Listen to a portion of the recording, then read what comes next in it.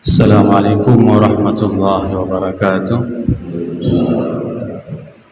Alhamdulillah bi ni'matihi tatimmus shalihat wa bi fadlihi tatanazzalul barakat.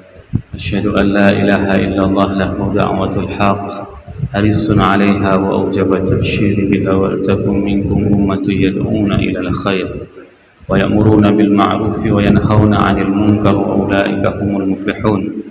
وأشهد أن محمدا عبده ورسوله بلغ الرسالة وأدى الأمانة ونصح الأمة وكشف الغمة حتى أتانا اليقين ليلها كنهارها لا يزيغ عنها إلا حالك.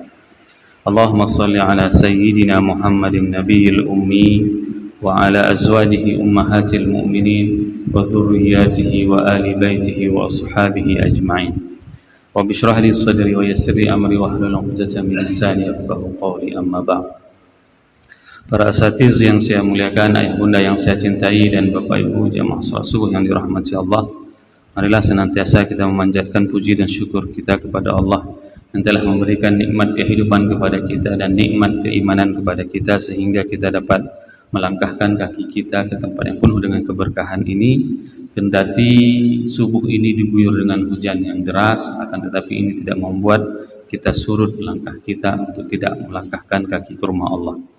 Ini merupakan salah satu nikmat yang masih Allah berikan kepada kita, dikarenakan masih banyak saudara-saudara kita pada saat mendengarkan suara azan namun mereka belum tergerak hatinya untuk melaksanakan salat subuh berjamaah. Salawat dan salam mari sama-sama kita panjatkan kepada junjungan kita Nabi besar Muhammad sallallahu alaihi wasallam yang telah mengajarkan kepada kita segala aspek tatanan kehidupan. Rasul mengajarkan kepada kita semua lini kehidupan ini sehingga tidak ada satupun yang tidak disampaikan oleh baginda Rasulullah sallallahu alaihi wasallam. Maka oleh sebab itu, mari sama-sama kita memperbanyak berselawat kepada baginda Rasulullah sallallahu alaihi wasallam sebagaimana disebutkan dalam hadis sahih Muslim bahwasanya barang siapa yang menjawab azan sebagaimana yang diucapkan oleh muazzin lalu berwasilah kepadaku, maka dia berhak mendapat syafaatku nanti di hari akhirat. Ini dalil tentang bolehnya bertawassul, berwasilah kepada Nabi Muhammad sallallahu alaihi wasallam. Kenapa? Nanti di hari akhirat pada saat kita dibangkitkan semua kita akan mencari sosok beliau. Maka dari sini sejak kita di dunia sadarilah sewaktu kita mengangkatkan tangan kita membaca doa azan, yakinilah bahwasanya kita akan diberikan syafaat oleh baginda Rasulullah sallallahu alaihi wasallam. Ini yang harus kita yakini. Kenapa? Karena Rasul mengajarkan demikian. Rasul mengajarkan kepada kita, barang siapa berselawat kepadaku 1 kali, maka Allah akan membalasnya dengan 10 kebaikan.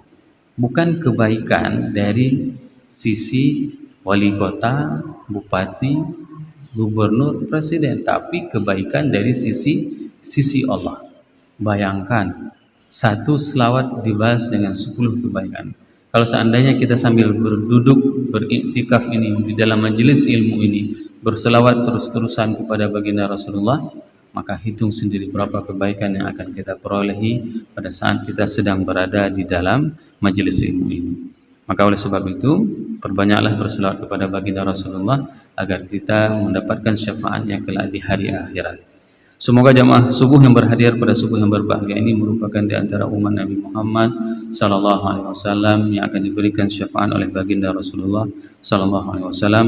Begitu juga jamaah YouTuber yang mendengarkan tausiah ini dan akan diberikan air dari telaga Kausar dari tangan mulia tersebut. Allahumma amin.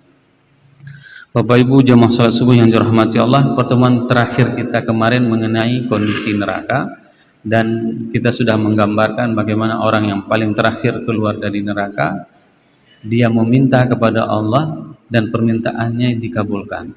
Pelajaran penting, penghuni neraka saja pada saat meminta kepada Allah itu dikabulkan, apalagi kita yang masih ada di dunia. Jangan pernah berhenti untuk meminta supaya tidak dimasukkan ke dalam neraka. Ini merupakan kondisi yang paling menyedihkan. Dia minta sedikit demi sedikit agar dia bisa merangkak, terjatuh bangun, sampai dia mendengarkan di pintu surga, dia mendengarkan ada suara orang di dalamnya, kepingin lihat saja bagaimana suasana surga. Nah, hari ini, subuh ini, mulai dari akan datang kita akan membahas tentang surga. Kata-kata surga Allah menyebut dan mengulangnya sebanyak 89 kali di dalam Al-Quran. Ini menjadi perhatian kita dan sesuatu yang memang harus menjadi obsesi kita. Masuk surga itu adalah obsesi, tujuannya. Sebagaimana yang di ayat yang dibacakan oleh imam tadi, faman zuhziha 'anil nar faqad faz. Ya, ini merupakan obsesi. Sukses itu adalah apabila kita bisa menepiskan api neraka, bisa menolak dari siksaan api neraka, bisa menghambat diri kita untuk tidak masuk dalam neraka dan masuk surga. Ini adalah sukses. Jadi sukses itu bukan pada saat kita mempunyai mobil pribadi, rumah pribadi, ya, istri 4. Bukan itu sukses. Sukses itu adalah pada saat kita bisa masuk surga.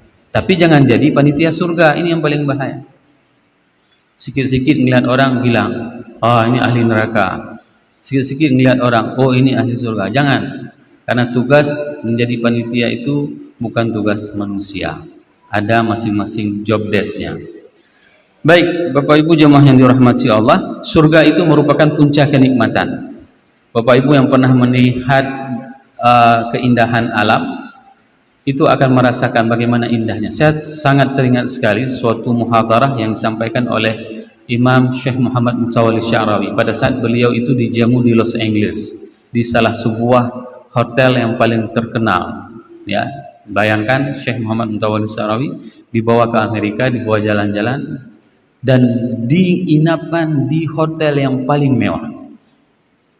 Pada saat itu beliau mengatakan, kalau seandainya dunia begitu indahnya, bagaimana nanti surga Allah? Surga Allah itu tidak bisa kita membayangkan dengan pikiran kita, terlintas di mata kita, dan kita pernah mendengarkannya. Bagaimana indahnya. Nah, itu yang beliau katakan, dan saya sudah pernah berjalan, alhamdulillah, sudah pernah ke Eropa, sudah pernah di Amerika, dan sudah pernah di Arab. Dan pernah sewaktu di Scotland, di Inggris, itu seakan-akan itu paling indah kita, dengan gunung-gunungnya, dengan rumput yang hijaunya, melihat suasananya, alamnya begitu indah. Terbayang saya bagaimana indahnya surga. Namun begitu sampai ke Swiss, ternyata Swiss jauh lebih indah. Sepertinya kita nggak terbayang ini adalah di dunia. Ada gunung yang bersalju, ada air sungai bersih, sungai tersebut terdapat ikan yang berjalan. Bagaimana suasana yang terbayang bagi saya? Bagaimana kalau seandainya nanti surga itu bagaimana indahnya? Dunia saja itu begitu indah. Maka Allah mengatakan bahwasanya surga itu merupakan puncak kenikmatan. Nikmat yang sesungguhnya itu adalah pada saat masuk ke dalam surga. Kenapa? Karena hari ini pada saat kita menikmati kenikmatan dunia, itu semuanya akan fana, semuanya akan berakhir. Dan saya sering menceritakan, apa makanan yang paling favorit kita? Kalau misalnya orang-orang tua dulu, ya, kalau sudah misalnya kena masakan favorit asam geung, misalnya kalau di Luxembourg yang paling enak asam geungnya misalnya di mana? Di Sufi Ali misalnya. Itu nggak ada tandingan. Tapi asam keung itu ada batas nikmatnya. Ada batasnya. Kenapa? Karena pada saat dinikmati akan selesai nikmatnya. Akan kenyang. Paling sanggup kita menikmati makanan tersebut hanya 1 piring. Coba makan 10 piring. Kalau nggak muntah orang. Di surga kenikmatan itu tidak pernah berhenti. Tidak pernah berhenti. Allah berfirman di dalam surat Fussilat ayat 31 sampai dengan 32 yang berbunyi, A'udzubillahi minasyaitonirrajim, Bismillahirrahmanirrahim, Nahnu awliya'ukum fil hayatid dunya wa fil akhirah. Allah adalah wali kita di dunia maupun di akhirat. Siapapun yang menjadikan Allah sebagai walinya di dunia dan di akhirat, walakum fiha ma tashtahi anfusakum, dan kalian itu akan mendapatkan apapun yang kalian inginkan. Walakum fiha ma tad'un, dan kalian akan mendapatkan apapun yang kalian inginkan. Nuzulam min ghafurur rahim, yang diberikan oleh Allah yang Maha Pengampun lagi Maha Penyayang. Ini merupakan dalil pada saat nanti kakek-kakek ya, misalnya yang udah lewat punya anak, ditanya sama cucunya, "Kek, di surga ada es krim enggak?" Kek mana cara jawabnya? Cara jawabnya adalah ayat ini. Apa ayatnya? Walakum fiha ma tashtahi anfusakum walakum fiha ma tad'un, dan kalian akan mendapati apapun yang kalian inginkan. Kepingin apa nanti di surga? Es krim, bonbon kar, apa saja. Anak-anak kan suka menanyakan sesuatu yang memang keinginan mereka. Maka kita tidak akan menyalahi pada saat kita menjawab ada es krim. Kenapa? Karena apapun yang diinginkan oleh manusia, apapun yang diinginkan oleh penduduk surga, maka mereka akan mendapatkan keinginannya. Dan keinginannya itu tidak harus dimasak dulu, harus diproses dulu. Seperti pada saat hari ini, kita misalnya mau order burger yang paling enak, itu dibilang berapa menit? 15 menit Pak ya, tunggu. Kalau di dalam surga itu tidak ada durasi waktu. Apapun yang diinginkan itu akan hadir dalam seketika. Ini bagaimana indahnya kenikmatan di dalam surga. Maka tidak salah nanti apabila kakek misalnya ditanya sama cucunya apa yang tidak diketahui, misalnya tentang kek di surga itu nanti ada nggak apa namanya permainan yang dia suka. Misalnya seperti hari ini apa namanya yang main loto-loto itu, ada nggak misalnya di surga?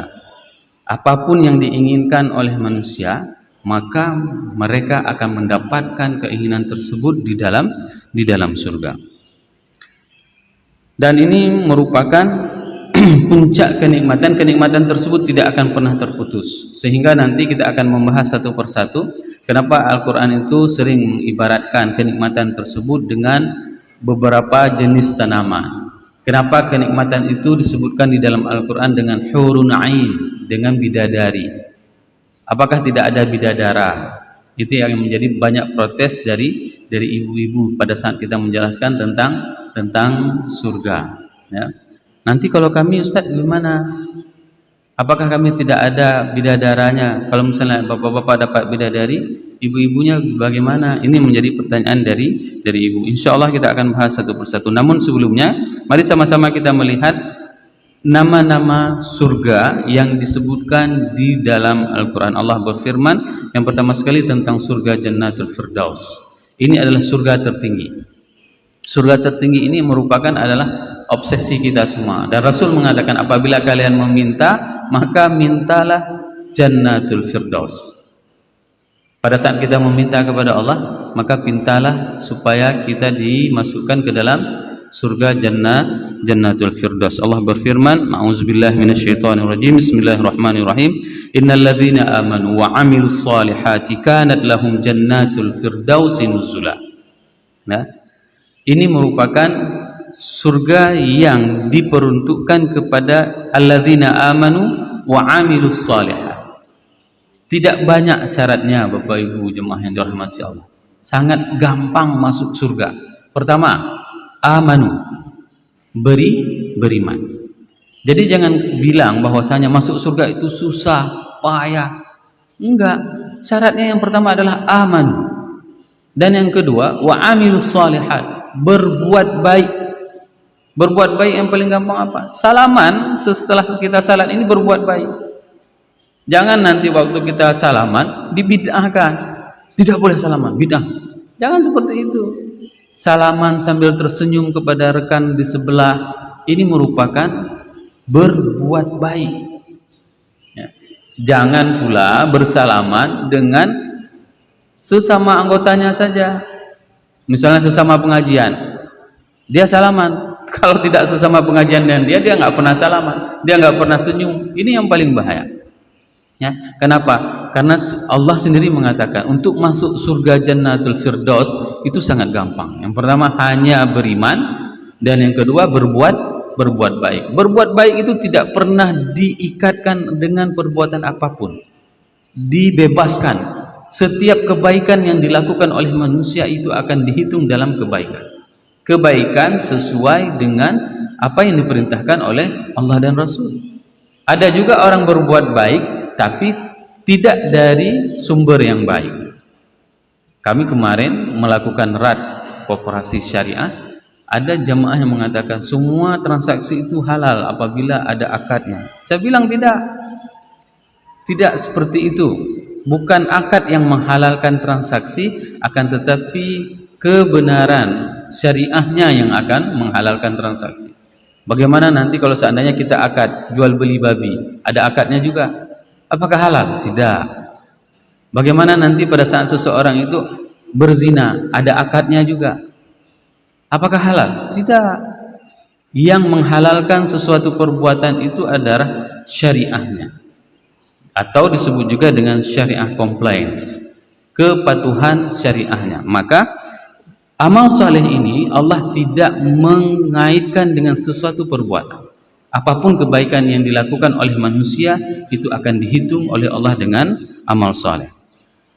Yang kedua, Allah menjelaskan tentang Darussalam, ya. Masjid ini, Masjid Darussalam, ini disebutkan di dalam Al-Qur'an. Allah berfirman, lahum darussalam 'inda rabbihim wa huwa waliyuhum bima kanu ya'malun. Mereka akan dimasukkan ke dalam Darussalam di sisi Tuhan mereka, wa hum waliyuhum bima kanu ya'malun, dan mereka menjadikan Allah sebagai referensi untuk semua pekerjaan yang mereka lakukan. Ini menunjukkan bahwasanya tidak ada kesyirikan, tidak ada sedikit pun dilakukan karena ada unsur ingin mendapatkan muka dari pimpinan. Tidak ada unsur lain, hanya dijadikan Allah sebagai walinya dalam semua amalan yang akan dilakukannya. Dan yang ketiga, Jannatu Adnin. Jannatu Adnin ini adalah surga yang dipersiapkan bagi semua keluarga besar. Keluarga besar, misalnya ini yang harus kita panjatkan doanya, ya. Bahwasanya kita supaya dimasukkan ke dalam surga bersama keluarga besar kita. Jangan cuma minta wa min zurriyati, itu ke bawah saja, akan tetapi dari atas sampai ke bawah. Dan ini yang dimintakan oleh Nabi Ibrahim. Nabi Ibrahim memintakan supaya ada dari zuriatnya yang mendirikan salat. Begitu juga dengan kita hari ini. Pada saat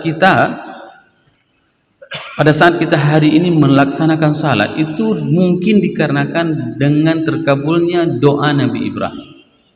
Rabbana ja'alna muqimas shalah wa min dzurriyyati. Ini merupakan dari doa Nabi Ibrahim. Maka kita dianjurkan untuk memintakan kepada Allah supaya generasi kita setelah kita juga adalah generasi yang mendirikan salat.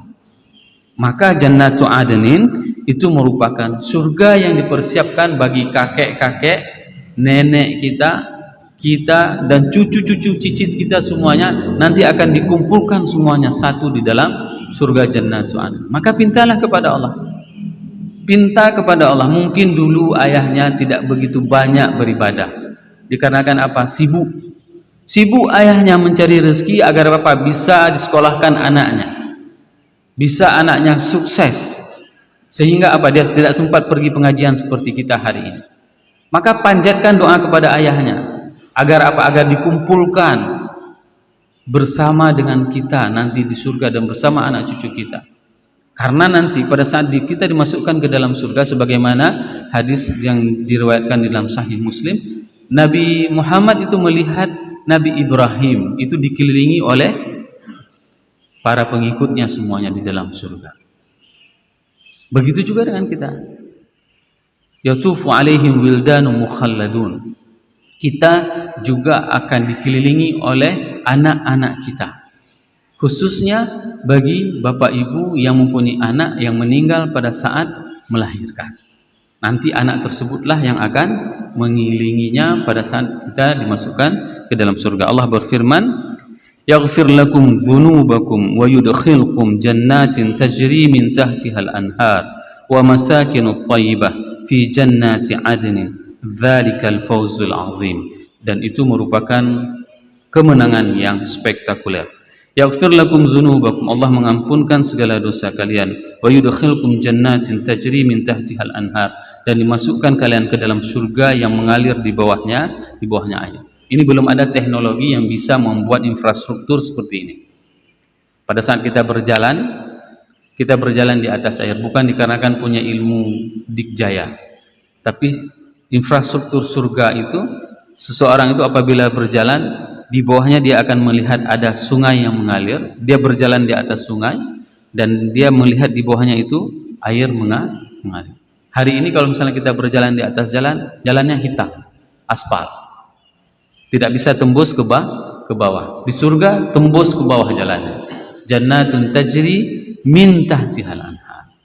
Di bawah telapak kaki kita akan melihat air itu akan mengalir. Wa masakinut thayyibah, dan tempat tinggal yang baik, fi jannati adnin, di dalam surga adnin, dzalikal fawzul azim, dan yang demikian itu adalah kemenangan yang besar. Dan yang keempat, nama surga itu adalah jannatul khuld. Allah berfirman, qul adzalika khairun am jannatul khuld alladzi wa'idal muttaqun kanat lahum jazaa'an wa masira. Ini jannatul khuld, yaitu surga yang abadi, itu dipersiapkan oleh Allah kepada orang-orang yang bertakwa. Orang-orang yang bertakwa akan dimasukkan ke dalam surga kekal abadi, ya. Dan surganya itu dia tidak akan dipindah-pindahkan. Yang kelima, nama surga itu adalah Darul Muqamah. Allah berfirman, alladzi ahallana daral muqamah min fadlihi la yamassuna fiha nasabun wa la yamassuna fiha lughub. Darul Muqamah ini adalah surga yang diperuntukkan bagi mereka yang mengalami duka cita. Maka pada saat hari ini kita hidup di dunia, ada dizalimi sama orang, jangan pernah marah. Pada saat ada hak-hak kita yang diambil, ada sesuatu yang memang membuat kita itu sedih, ada yang membuat sesuatu kita itu kehilangan, ya, maka itu jangan pernah kita komplain, jangan pernah kita marah, jangan pernah kita ingin membalas dendam. Kenapa? Karena nanti semua kebaikan tersebut akan dibalas oleh Allah dan akan dimasukkan ke dalam surga Darul Muqamah. Dan yang keenam, yaitu adalah Darul Ma'wa, yaitu surga bagi mereka yang menahan nafsu, ya. Allah berfirman, indaha jannatul ma'wa. Berapa banyak hari ini orang yang mempunyai kesempatan untuk melampiaskan nafsunya, tapi dia tidak mau melampiaskan nafsunya. Kenapa? Karena dia teringat dengan jannatul ma'wa tersebut. Jannatul ma'wa ini sangat-sangat penting, khususnya bagi para orang-orang yang diberikan amanah oleh Allah jabatan, ya. Pada saat dia melakukan perjalanan ke luar daerah. Dulu saya teringat sekali, ada sewaktu dengan NGO itu, kalau sudah pergi ke luar daerah itu, rata-rata orang-orang yang bukan Islam, bahkan juga ada yang Islam, mereka itu sudah having fun. Apa alasannya? Pajanlong. Kapan lagi? Selagi jauh dari istri, maka mereka akan berzina, mereka akan mabuk-mabukan. Maka ingat, tahan diri kita untuk tidak melakukan kemaksiatan, hawa nafsu kita itu. Kenapa? Karena Allah menjanjikan kepada kita jannatul ma'wa. Ada salah seorang pejabat yang dulu ditempatkan di Aceh, beliau menceritakan pada saat sudah diberikan kamar suite presiden room, dan begitu masuk kamar sudah ada perempuan di dalam kamar. Terkejut, ya, dibilang sama Pak, siapa kamu? Saya memang disuruh tunggu di dalam kamar. Hah? Keluar, disuruh keluar. Bukan karena ada ajudan, ya, tapi memang karena keimanan. Disuruh keluar perempuan tersebut. Padahal kalau itu dilakukan sah-sah saja bagi dunia bisnis, bagi dunia servis, tapi beliau mengingat bahwasanya ini adalah ada larangan dari Allah untuk melakukan kemaksiatan, dan barang siapa yang menahan nafsunya untuk tidak mengikuti hawa nafsunya, maka dia akan ditempatkan oleh Allah di dalam jannatul ma'wa. Dan yang ketujuh, jannatun na'im. Allah berfirman, innal ladzina amanu wa 'amilus solihati lahum jannatun na'im. Sama juga, yaitu adalah orang-orang yang beriman dan mengerjakan amal soleh, maka mereka akan dimasukkan ke dalam jannatun na'im. Dan yang kedelapan, Allah berfirman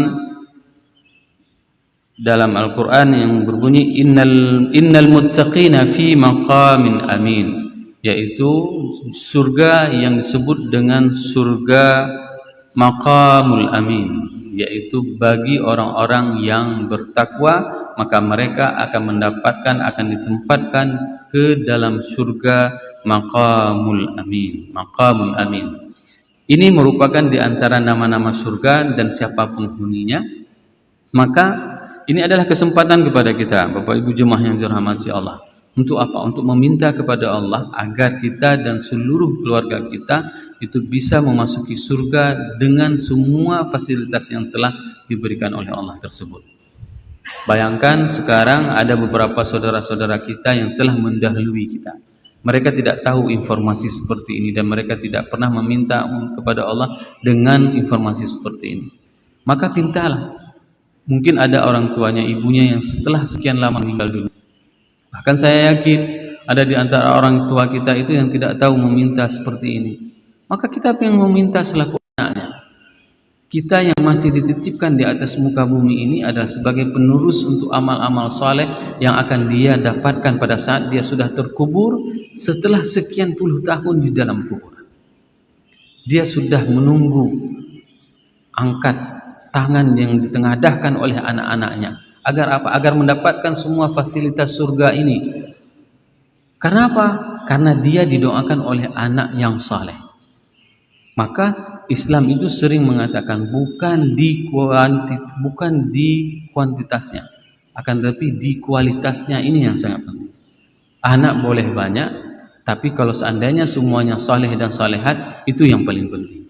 Bukan hanya sekedar banyak anak, akan tetapi tidak pernah mengadahkan tangannya untuk mendoakan kepada orang tuanya.